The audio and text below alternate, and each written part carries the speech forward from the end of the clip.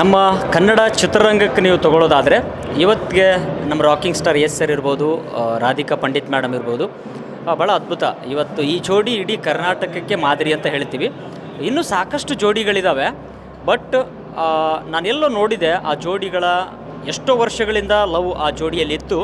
But ಅವರ ಸಾಧನೆಗಳಿಗೆ ಅದು ಅಡಕ ಆಗಲಿಲ್ಲ, ಏನೋ ತೊಂದರೆ ಆಗಲಿಲ್ಲ. ಅದಕ್ಕೋಸ್ಕರ ಇವತ್ತು ಪ್ಯಾನ್ ಇಂಡಿಯಾ ಲೆವೆಲ್ನಲ್ಲಿ ನಮ್ಮ ಯಶ್ ಬಾಸ್ ನಿಂತಿದ್ದಾರೆ. ಅಂದರೆ ಅದಕ್ಕೆ ಪ್ರೀತಿಯ ಸಪೋರ್ಟ್ ಕೂಡ ಬೇಕಾಗ್ತದೆ. ನಾವು ಕೇವಲ ಪ್ರೀತಿ ಮಾಡ್ತಿದ್ದೀವಿ ಅಂದಾಗ ಎಲ್ಲವೂ ಸಮಯವನ್ನು ಪ್ರೀತಿಗೆ ನನಗಾಗೆ ಕೊಡು ಅನ್ನೋದು ಅದು ಸ್ವಾರ್ಥ ಆಗಿಬಿಡ್ತದೆ ಸರ್. ಪ್ರೀತಿ ಪರಸ್ಪರವಾಗಿ ಅವರಿಗೆ ಸಪೋರ್ಟ್ ಮಾಡೋದು ಕೂಡ ಆಗಿರುತ್ತದೆ. ನಿಮ್ಮ ಪ್ರೀತಿಯನ್ನು ಅಥವಾ ನಿಮ್ಮ ಪ್ರೀತಿ ಮಾಡೋರನ್ನು ಗೆಲ್ಲಿಸುವಂಥ ಜವಾಬ್ದಾರಿ ಕೂಡ ನಿಮ್ಮಲ್ಲಿರ್ತದೆ. ಅದಕ್ಕೋಸ್ಕರ ಕರ್ನಾಟಕಕ್ಕೊಂದು ದೊಡ್ಡ ಇನ್ಸ್ಪಿರೇಷನ್ನು, ಇಡೀ ಜಗತ್ತೇ ಒಳ್ಳೆ ನಮ್ಮ ಕನ್ನಡ ಇಂಡಸ್ಟ್ರಿ ಕಡೆಗೆ ತಿರುಗಿ ನೋಡಬಲ್ಲಂಥ ಒಬ್ಬ ನಟರು ಅಂದರೆ ನಮ್ಮ ರಾಕಿಂಗ್ ಸ್ಟಾರ್ ಯಶ್ ಬಾಸ್ ಅಂತ ನಾನು ಹೇಳೋಕ್ಕೆ ಇಷ್ಟಪಡ್ತೀನಿ. ಎಸ್, ಈ ಹಿಂದೆ ಕನ್ನಡ ಚಿತ್ರರಂಗದಲ್ಲಿ ಸಾಕಷ್ಟು ಪ್ರೀತಿಗೆ ಸಂಬಂಧಪಟ್ಟಂತೆ ಸಿನಿಮಾಗಳು ಬಂದಿದ್ದಾವೆ ಸರ್. ಆದರೆ ಆ ಎಲ್ಲ ಸಿನಿಮಾಗಳು ಕೂಡ ಶ್ರೇಷ್ಠವಾಗಿ ಹಿಟ್ ಆದವು, ಫ್ಲಾಪ್ ಆದವು ಗೊತ್ತಿಲ್ಲ. ಒಳ್ಳೆಯ ಸಂದೇಶವನ್ನು ಸಾರಿ ಹೋಗಿದ್ವು. ಬಟ್ ಆದರೆ ಇವಾಗ ತಾನೇ ಒಂದು ಸಿನಿಮಾ ನೋಡ್ಕೊಂಡು ಬಂದ್ವಿ, ಭುವನಂ ಗಗನಂ ಅಂತ. ಭಾಳ ಅದ್ಭುತ ಸಿನಿಮಾ.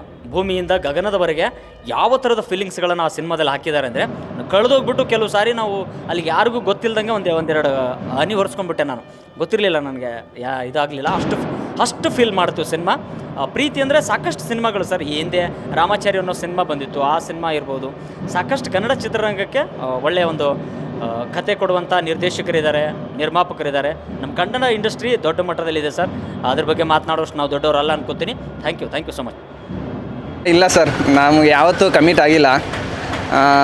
ನೋಡೋಣ, ಅಂದರೆ ಅದು ಒನ್ ಸೈಡ್ ಲವ್ ಅಂದ್ಕೊಂಡು ನಿನ್ನ ಅಷ್ಟೇ. ಪ್ರೀತಿ ಅಂದರೆ ರಾಮಾಚಾರಿ ಸರ್, ನನಗೆ ರಾಮಾಚಾರಿ ಜಾಸ್ತಿ ಇಷ್ಟ.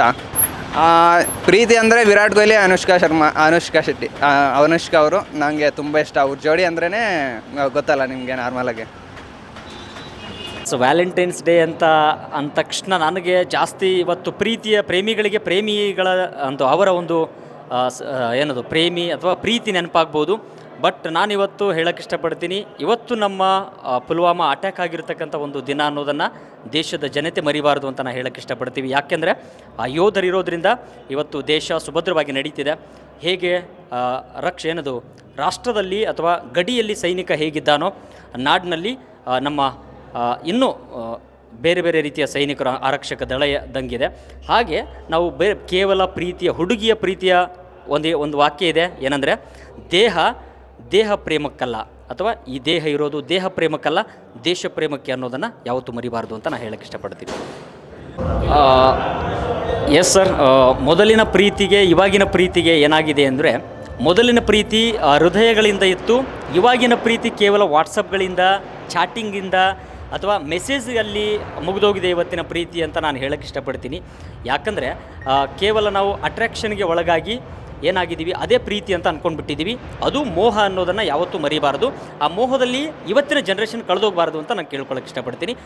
ಪ್ರೀತಿ ಅಂದರೆ ಒಂದು ಪವಿತ್ರವಾಗಿರತಕ್ಕಂಥ ನಂಬಿಕೆಯ ಮೇಲೆ ಜೀವನವನ್ನು ಸಾಗಿಸೋದೇ ಪ್ರೀತಿ ಅಂತ ನಾನು ಹೇಳೋಕ್ಕೆ ಇಷ್ಟಪಡ್ತೀನಿ.